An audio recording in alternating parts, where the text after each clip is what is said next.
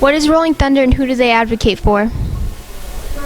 Rolling Thunder is a society that veterans organization that advocates for the POWMIA issues and to help veterans from all wars, trying to help them get adjusted to civilian life, and also those who are looking to get service connected for wounds that were suffered while they were fighting in various wars, and also those who were hurt during serving in the military. And we advocate going to the VA system for them to get service connected.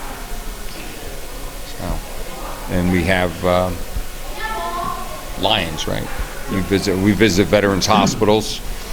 At Lyons, New Jersey, we go to the PTSD ward, and we also go to the nursing home. We alternate every other month, and we advocate that we never forget the veterans that are in the nursing homes or the PTSD, especially these young warriors from Iraq, Afghanistan, who served many tours, multiple tours, and they need a lot of help. You know, I'm a Vietnam era vet, and I guess that was my plan by the Lord, to help these veterans that are falling between the cracks. So we try to do the best we can, not only I, but the whole organization.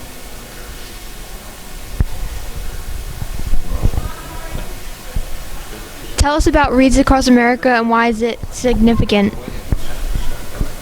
Well, Wreaths Across America is significant, remembering all our veterans who have served in the past from all wars. I mean, you know, we're at Somerset Hills today, and when we put out the flags, we look at all the markers, and there's vets from World War I. You know, and they get a flag and a wreath, and they might not have family anymore, but we make sure that they get a wreath. And it's all about remember, honor, teach. So we remember our veterans, we honor them with these wreaths, and we teach future generations what they did, what they sacrificed, and so no one ever forgets them, so that they'll always be remembered.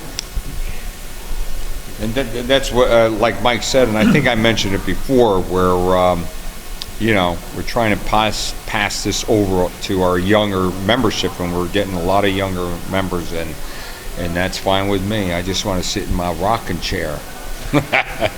That's you know, 20 years, 19, 20 years, something like that in Rolling Thunder, and it's been a great ride, and hopefully I can contribute in some way moving forward. Why is it important that we as Americans understand the importance of honoring those who serve? Well, I think perfect example was during the Vietnam War, and even back as far as the Korean War, they were never accepted as heroes or welcome homes, especially the Vietnam vets. They were spit on. They were called baby killers, and they got no respect.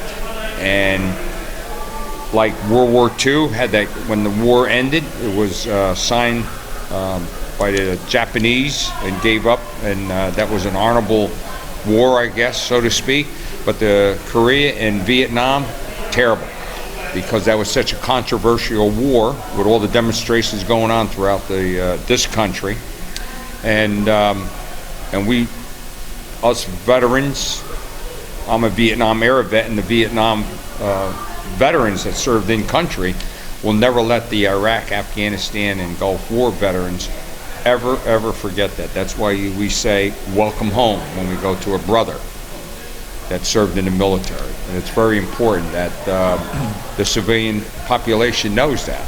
And I think it's pretty much coming around where everybody thanks a veteran for their service, what capacity they served in, whether they were in combat or whether, like I served in the 503rd MP Battalion as a administrative officer for the Provost Marshal's office in Fayetteville Police Station and down at Fort Bragg.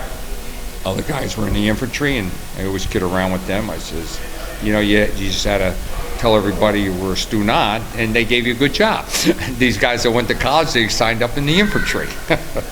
But anyway, that's basically the reason, you know, we try to honor the vets the best we can. And as you young people that are growing up and coming up through the ranks, try not to ever forget. Your grandpa was a Marine.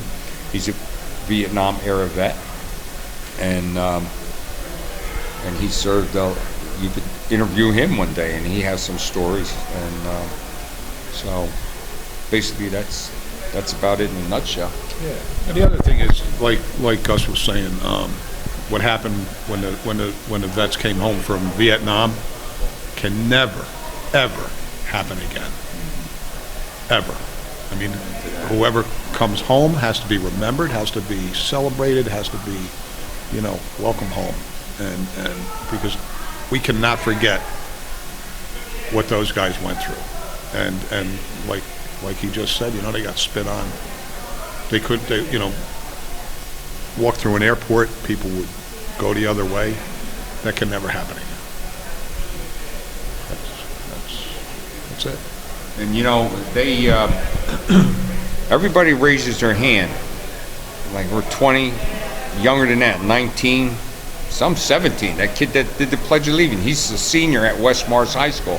When he graduates in June, he's off full time in the Army.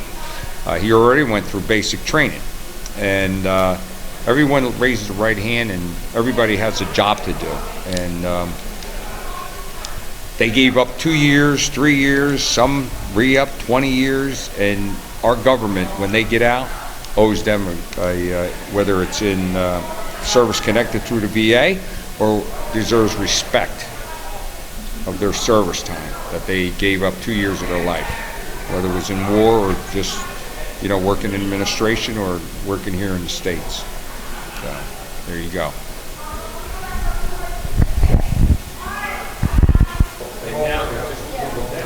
Is there anything you would like to say to our troops serving overseas?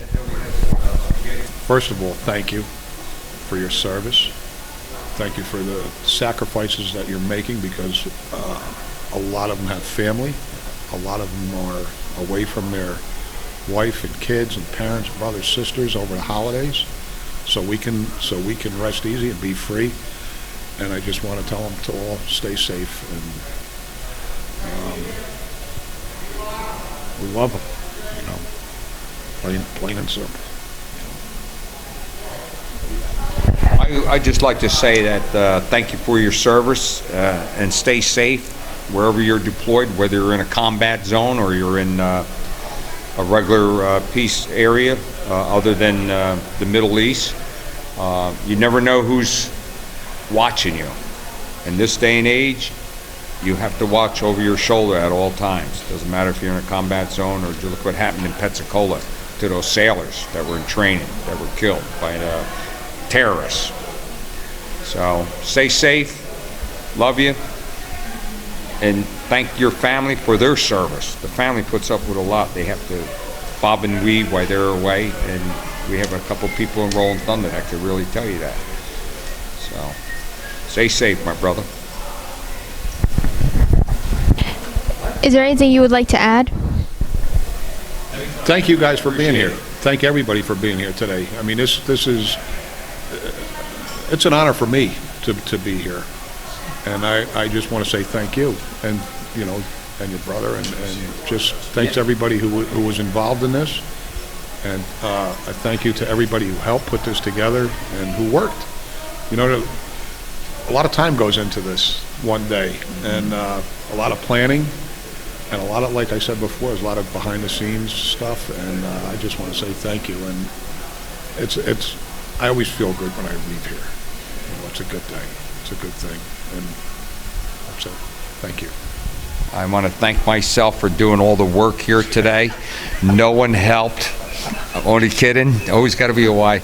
Right here, Mikey did a great job, and like Mike said, it's a team effort. Between the Somerset Hills Memorial, we couldn't ask for a better partnership in this 7th year of laying this race. But, yeah, thanks to everybody. That concludes it. Yep. Is that a wrap? That's a wrap? That's a wrap. All right. Do I do a dance? You get this? You get this?